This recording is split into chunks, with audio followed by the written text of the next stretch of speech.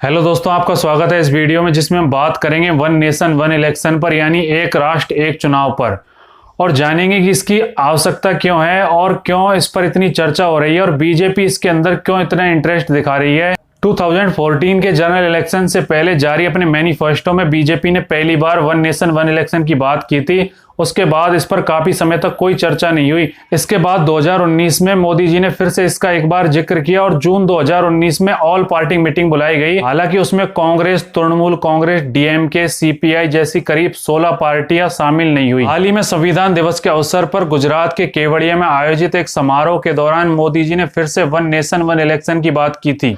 तो इन सब बातों को जानने के बाद दो तीन प्रश्न निकलकर सामने आते हैं। पहला सवाल है कि इसकी आवश्यकता क्या है, क्यों वन नेशन वन इलेक्शन होना चाहिए और इससे क्या क्या फायदे होंगे। जो दूसरा प्रश्न सामने आता है कि पहले भी कभी देश में ऐसा हुआ था और हुआ था तो वह कैसे ब्रेक हो गया।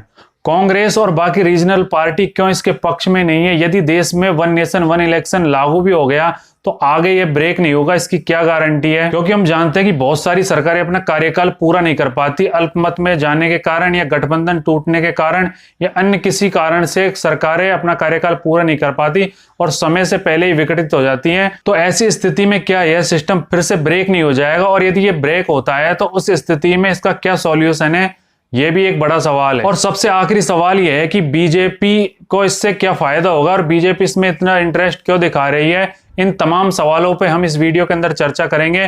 तो इस वीडियो को शुरू करते हैं। दोस्तों, सबसे पहले इसकी जरूरत पे बात कर लेते हैं कि क्यों देश में साइमल्टेनियस तरीके से यानी एक चुनाव होना चाहिए। दोस्तों, हम जानते हैं कि हर साल या 6 महीने में कहीं ना कहीं इलेक्शन होते रहते हैं। एक स्टेट के इलेक्शन जाते नहीं कि उससे पहले दूसरे इलेक्शन सर पे आ जाते हैं। तो हमेशा देश इसकी वजह से इलेक्शन मोड में ही रहता है और इलेक्शन की वजह से कहीं ना कहीं कोड ऑफ कंडक्ट यानी आचार संहिता लगी रहती है, जिसकी वजह से डेवलपमेंट वर्क काफी इफेक्टेड होते हैं। यदि वन नेशन वन इलेक्शन की थ्योरी लागू होती है तो इसकी वजह से डेवलपमेंट कार्यों को और ज्यादा समय मिल पाएगा। बात की जाए चुनावी खर्चों की तो अलग अलग इलेक्शन कराने में अलग अलग चुनावी खर्चे होते हैं और पूरा सिस्टम भी इनमें लगा हुआ रहता है, चाहे वो सिक्योरिटी फोर्सेज हो, पुलिस हो, टीचर्स हो और भी कई डिपार्टमेंट, रेलवे डिपार्टमेंट हो, वो पूरी तरह चुनाव में लगा हुआ रहता है। यदि बात की जाए 2014 में हुए जनरल इलेक्शन के खर्च की तो इलेक्शन कमीशन ऑफ इंडिया ने करीब 3900 करोड़ रुपए इस पर खर्च किए थे। यदि इसमें सभी तरह के खर्चों को जोड़ दिया जाए तो यह आंकड़ा 10,000 करोड़ के भी पार चला जाएगा और यह आंकड़ा हर इलेक्शन में बढ़ता है। यदि 2009 के जनरल इलेक्शन की बात की जाए तो यह खर्च करीब 1500 करोड़ रुपए का था,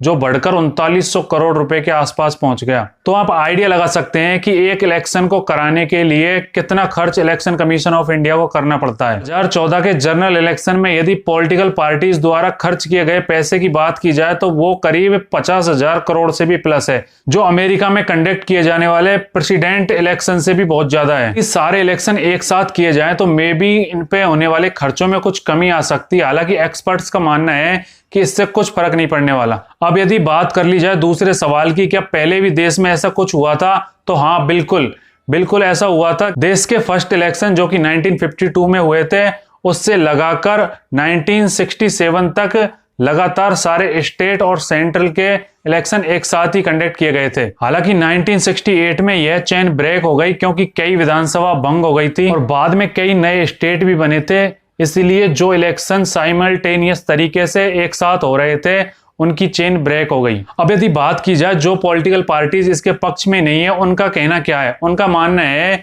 कि यदि एक साथ इलेक्शन किए जाते हैं तो जो पार्टी सेंटर में जीत के आएगी वही स्टेट में जीतेगी, यानी मतदाता सेंट्रल और स्टेट दोनों को देखकर एक तरीके से ही मतदान करेगा और इसकी वजह से रीजनल पार्टीज खत्म हो जाएंगी, ऐसा उन लोगों का मानना है। लेकिन बीजेपी और इसके पक्षधर जो लोग चाहते हैं कि वन नेशन वन इलेक्शन हो, वो उड़ीसा का उदाहरण देते हैं, जहां पर 2004 से ही विधानसभा चुनाव लोकसभा चुनाव के साथ हो रहे हैं और यहां पर हर बार नतीजे दोनों के अलग अलग आते हैं। ऐसा ही आंध्र प्रदेश के साथ है, जहां पर भी लोकसभा और विधानसभा चुनाव साथ साथ होते हैं लेकिन रिजल्ट्स अलग अलग हैं। अब प्रश्न ये उठता है कि यदि साथ में ही पूरे इलेक्शन करा लिए जाएं, लेकिन यदि बीच में कोई विधानसभा या सेंट्रल गवर्नमेंट भंग हो जाती है, उस केस में इसका क्या सॉल्यूशन है कि आगे क्या किया जाएगा। ऐसी स्थिति में यदि दोबारा से चुनाव होते हैं तो ये चेन फिर से ब्रेक हो जाएगी, इसलिए इसका लॉन्ग टर्म में क्या सॉल्यूशन हो सकता है।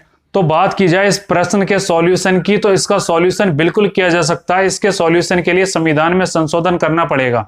यदि वन नेशन वन इलेक्शन की थ्योरी को इलेक्शन के अंदर अपना लिया जाता है तो ज्यादातर स्टेट्स के अंदर समय से पहले ही इलेक्शन करवाने पड़ेंगे। यहाँ पर खुद बीजेपी की पोल खुलती हुई नजर आती है, क्योंकि 2019 के जनरल इलेक्शन में गवर्नमेंट ने हरियाणा, महाराष्ट्र और झारखंड के इलेक्शन भी लोकसभा के इलेक्शन के साथ करवाने चाहे, लेकिन उस टाइम ये तीनों बीजेपी रूल्ड स्टेट थे। उसके बावजूद भी यहाँ के करंट सीएम्स ने अपनी विधानसभा को भंग करने से मना कर दिया था। और आखिरी सवाल यह है कि बीजेपी को इससे क्या फायदा है। बीजेपी चाहती है मोदी जी की लीडरशिप में वह इसका एडवांटेज उठाना चाहती है। यदि लोकसभा और सभी विधानसभाओं के इलेक्शन एक साथ होते हैं तो इसका बीजेपी को काफी एडवांटेज मिलेगा। तो दोस्तों ये थी पूरी story one nation one election की। मेरे द्वारा दी गई जानकारी आपको अच्छी लगी होगी। ऐसी इंफॉर्मेटिव वीडियोस के लिए आप हमें सब्सक्राइब